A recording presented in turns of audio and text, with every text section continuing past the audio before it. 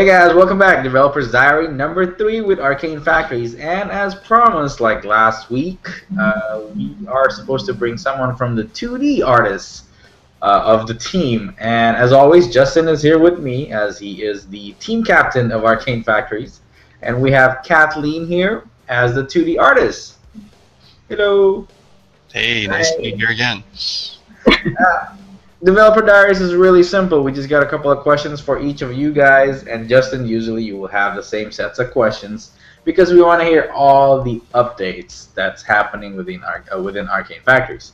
Now, let's start off with Justin. So, what's the update? I heard that it got funded. Yeah, we hit funding. We're at 15.445 as I speak right now. The number does go up and down a little bit, but we're just under 200 backers. We're 197 backers. I wanted to hit the 200 mark so I can unleash the next set of bundle deals for people. Ooh, bundle deals. Yeah. Bundle deals. I love bundles. Mm-hmm. We will show a couple of pictures of the bundles randomly later, maybe towards the end. Yeah. But what has the team has been like? How has the team has been progressing? Because yeah, I know, like, you know, once you get funded, whether you get funded or not, it doesn't matter because work is still going on for these past like 3 weeks. Mm-hmm. So where are you guys at right now? We just posted out a work in progress for the Angel of Death miniature. Our sculptor Matt, who you guys met in Developers Diaries #1, he put that out. And he's also right now working on the Countess Carmilla.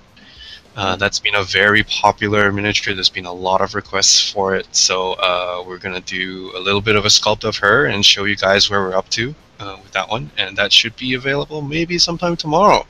That's where we're up to. I thought that she has a very interesting pose for someone who's like 28 mil with all that detail. I can't wait to actually see the sculpt of that one. Yeah. Now, that was kind of tricky to design because it was supposed to be seductive and yet scary at the same time. So we put a lot of... None of that sparkly vampire thing, right? No sparkly vampires. Sorry to all fans of sparkly vampires, but we're not doing that for this thing. Let's talk a little bit about the bundles. I see the Eastern bundle. Yep. I think you're trying to avoid the word Asian there. There's nothing wrong with the word Asian, but Eastern sounds a little bit better. Eastern Adventurous Bundle is very popular. A couple of people switched from the silver level pledge to the Eastern Adventurous Bundle, where we handpicked all the Eastern looking miniatures and put it together in that bundle. So we have the Fire Mage, Lao Zong the Dragon Monk, Jin, Ying, and Chen Haili all together in that for $55. Pretty good. That is a good combo. I mean, I already dropped for the gold level, so I'm getting 10 instead of 5. So I'm ready for them. Actually, if we get 200 backers, you might get a little bit more than 10. I'm telling you now. We just want to release that to make the gold level pledge just a little bit sweeter for everyone who bought in early, you know. So. I'm pretty sure you guys are gonna announce it pretty soon, right? Well, we gotta get that 200 backer mark, man. It's only 3 more people. Even if those 3 people only like pledge $1, it will hit. So nice. Pull the pledge, yeah. All right, let's start off the question to Kathleen now because she's been just waiting there. Now, Kathleen, before you joined the team, are you aware of the miniature industry and how, I guess, big it is? I didn't know how big it was, but I've seen some in like comic book shops. So, like, you know, like passing by, it's like, oh, you know, gaming stuff. I was like, I don't know anything about it, but it seemed interesting until like Justin told me about it. Like he showed me some other stuff. I was like, oh, I didn't know those were like very popular and stuff like that, and how detailed they can get. So it was very interesting when I saw it. Yeah, we're talking about like crazed fans here. People will just buy and just never stop. It is like there's a term called plastic crack or resin crack or metal crack, anything around crack. Mario's okay, I didn't know about that. More is the key here. Mm-hmm. Now, I already know which ones that you did because Justin did a pretty good presentation at Adepticon for us WGC members. Now, for the backers and for the people who's looking at the Kickstarter right now, which models that you actually designed, like the 2D designs of it? Design was like mostly the Earth monks, I guess, and So you did the monk, the one that has the male ones, yeah. Yeah. And some other ones that basically kind of like updated deal, but not exactly like fully design it myself now. So Now, as a 2D artist, what got you, like, what inspired you to draw those types of models, other than Justin's direction, you know, telling you like, I want this, this, and this, but you know, what, any comic books? And I mean, you grew up in Asia, right? So there's probably a lot of martial arts comic books and stuff like that. Does that inspire you a lot to do those kind of designs, or? actually, over here, I never knew about that. Like, I didn't grow up with that, actually. Oh wow, okay. I don't know. Yeah, like I don't know much about that, honestly. And I think it's more like basically just like looking through a lot of things, like references, and like but I don't really know much about it. So that actually made it a little bit more interesting because you know, judging from the drawings, it looked like you had inspirations from a lot of, at least some kind of manga or something. no, actually. Well, where did you get your training then, Kathleen? Tell us a bit about that. Training, actually, when I was growing up, it's more like anime stuff, just anime, a lot of it. And for me, anime, it seemed like it's such an open area. Like you could just think of the weirdest things and it's okay. So I guess in that way, I kind of like being accepting to a lot of designs, like concepts, ideas. So I was like, okay, that's good. And other people, like local artists, has like a lot of better ideas. So learning like references is really helpful. Like I think it's just maybe like learning from other people, that not even just manga or anime, just other people, because they're not like popular and like everywhere. So it's kind of like a secret ideas or something. So, but then actually growing up, I never had tools for it, even internet. So whatever I could find, I'll try to get it. And books, I didn't even read them. So basically just drawing for a very long time, like drawing all the time. Until I went to Canada, I went into animation, and I got better, and that's basically it. It's just drawing a lot. Well, So out of sheer practice, I guess. yeah, I mean, it's the same way with miniature painter. You just gotta paint, and more paint, and then you'll get somewhere. So who in Vancouver Film School influenced you the most then, since you had a big class? I think it was Adam Rogers, life drawing. Yeah.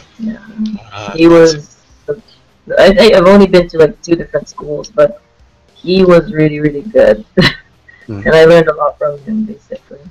Yeah. Cool. I mean, I'm just still pretty interested. Like, it's just interesting that just by references, you're able to pull out those kind of, like, I'm wondering, what if I went to the same school, and will I be pushed, by like people like Justin? Will they make me sweat blood? Actually, in my class, I would have made you sweat blood. I'm glad I wasn't in there then. I had a reputation for that. I'm happy to report that during the presentation in Adepticon, the male Earth Monk was one of the popular one that people voted. Like they were just interested to see, because monks usually don't wear armors or any metal parts, and the earth coming up from his feet and everything was really, really interesting to a lot of people. So. I think it was all Justin, but like the thing that makes me draw those designs is because he's open to designs. He would just give me like base stuff. I was like, okay, just draw from here. I was like, okay, so like I just make up things, honestly, and then show it to him, and he's like, it's okay. I was like, okay, that's good. Yeah. I try to give my artists a lot of freedom when creating their designs. I give them a very loose outline, and I only try to, cut them back from their designs if there's something really technically wrong with it. Like, there's no way that this can be made into a miniature because, maybe the arms are too complex, or it's cutting off a certain area of the body that they want to show off for painters. So with that in mind, I go, this is what kind of I'd like it to look like, and I'll leave it to you and your imagination. If you really get stuck, then you come back and you see me and say, okay, you're stuck with this design, here, try this, and I'll give them something very specific, to see if they can do it. So yeah, it seems to be working pretty well for you guys, and a lot of, artists have their own, I guess, ego in a way. Mm-hmm. And having the total freedom, it could be double-edged sword where, they'll be running around free at the same time. They'll be running around free with no direction. So yeah, that's true. Well, you gotta be able to work together as a team too. This the team that we've assembled is really great. We like to bounce ideas off each other. Sometimes we have people who are really great at creating very dynamic pose and narrative pose, and then we have some people who are better at designing armors, and some people who are really good at doing details and detailing. Like Matt, he's really good at putting extra details in. Sometimes in places where I don't ask him to put details, he'll put details in. So yeah. So, it's always good to take a concept from a certain stage and feed it to another artist, and then see what they come up with, and then we'll feed it back to us. And every time it bounces back, it usually gets a lot better. So, yeah, it's always good to always talk with. Team meetings is very crucial, especially in the group project like this. Mm-hmm. Now, as always, we got questions from backers that you see in the comment box and stuff. Yeah. Let's bring that up.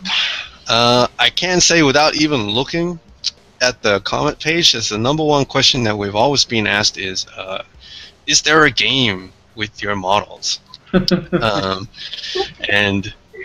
I have to say, yes, there is a game with our models, but it's not ready yet. We want to be a company that puts out a quality product first. So right now we can guarantee that we can put out quality miniatures with really, excuse me, I have to edit that, with the really quality miniatures with quality casting and really nice poses which are narrative in their design. So we can guarantee that. But our game is still in such a nebulous state that, we keep going back and forth, and it's just like, maybe we should add this part. Oh no, we don't like that part. Oh, this area of the game is too long. It's not interesting, So making a game, even though we play lots of games ourselves, we're not fully qualified to actually make a game properly. So eventually in the future, what we're going to do is we're going to sit down, get some really great game designers, and make a game which is properly structured and plays well. Unfortunately, this process will take even more time, so look forward to that in the future, but we can't put the game out right now. That's the answer to, have you got a game? Yes, we do, but it's not ready for public playing yet. It's still being tested. So, yeah. What's our second most popular question? Can we get more free stuff? Let's get 3 more backers first, right? Yeah, it's coming. It's coming. Well, mostly the questions have been, can we see more of this figure or this figure or this figure? It's like, yeah, okay.